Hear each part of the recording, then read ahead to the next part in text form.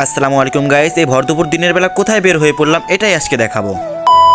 Hello everyone, Ismi Junaid and welcome to my mini blog. বরাবরের মতো বের হয়ে পড়লাম একটু ঘোরাঘুরি করার জন্য। একটা কথা বলে রাখি, আমি কিন্তু দুপুরবেলা কিছুই খাইনি, বাট আমার বন্ধুদেরকে জিজ্ঞেস করলাম, হ্যাঁ তারাও নাকি দুপুরবেলা কিছু খায়নি, তাই জন্য তাদেরও ক্ষুধা লাগছিল। আপনারা তো জানেনই আমার বাইরে খাওয়া দাওয়া করতে অনেক ভালো লাগে। দেখছো কাণ্ড, আইসক্রিম বানানোর জন্য আর জায়গা পেলো না আন্টি। দেখতে কিন্তু জাস্ট ওয়াও, না জানি খাইতে কত টেস্ট। এই সূর্য মামার আর কি খেয়ে দিয়ে কাজ নেই, আমাদের মুখের সামনে এসে ঘোরাঘুরি করতেছে। পাগল টাগল হয়ে গেছে নাকি সূর্য মামা? মেবি আমাদের পাবনাতে সিট খালি আছে, চাইলে তুমি এসে ভর্তি হতে পারো। সেটা আমার পক্ষ থেকে তোমার জন্য অফার থাকলো। আর বকবক করে লাভ নেই, খাওয়ার জন্য প্রস্তুতি নিতে থাকি, কারণ বন্ধু খাওয়াবে। যেহেতু বন্ধু ট্রিট দিচ্ছে তাহলে তো আর না করা যায় না, বলুন। যদি সে কষ্ট পায়, আর যাই হোক, তাকে আমি কষ্ট দিতে চাই না। সে যেহেতু আমার বন্ধু, তাই সে হাসি খুশি থাকবে। মামাকে বললাম, মামা তোমার দোকানের সবচেয়ে দামি এন্ড তোমার দোকানের সবচেয়ে ভালো জিনিসটা আমাদের। মামা তো মামার কাজ শুরু করে দিল। আমরা কি করবো? আমরা দাঁড়িয়ে দাঁড়িয়ে দেখছি, নিজের উপর নিজেই ক্রাশ খাচ্ছি। এন্ড নিজের উপর ক্রাশ খাওয়া ছাড়া তো কোনো উপায় নাই, আমাদের তো আর জান পাখি বেবি বলার মতো মানুষ নাই। মামাকে বললাম, দ্রুত দাও, আমাদের ক্ষুধা লাগছে। অবশেষে অপেক্ষার প্রহর ফুরালো। খাওয়াটা শেষ করে এদিক সেদিক আর না তাকিয়ে সুন্দর করে টাকাটা না দিয়ে কেটে পড়লাম আস্তে। এই আবার ভুল বোঝেন না, আমি দেইনি, বাট বন্ধু দিয়েছে। এইটুকু খেয়ে কখনো পেট ভরে বলুন?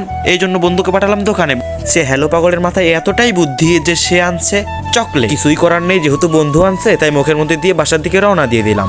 ওকে গাইস, আজ এই পর্যন্তই। ভালো থাকবেন, দোয়া করবেন। আবার কোনো একটা ব্লগ নিয়ে দেখা হবে। আসসালামু আলাইকুম। এই দাঁড়ান, সাবস্ক্রাইব এন্ড ফলো করতে কিন্তু ভুলবেন না।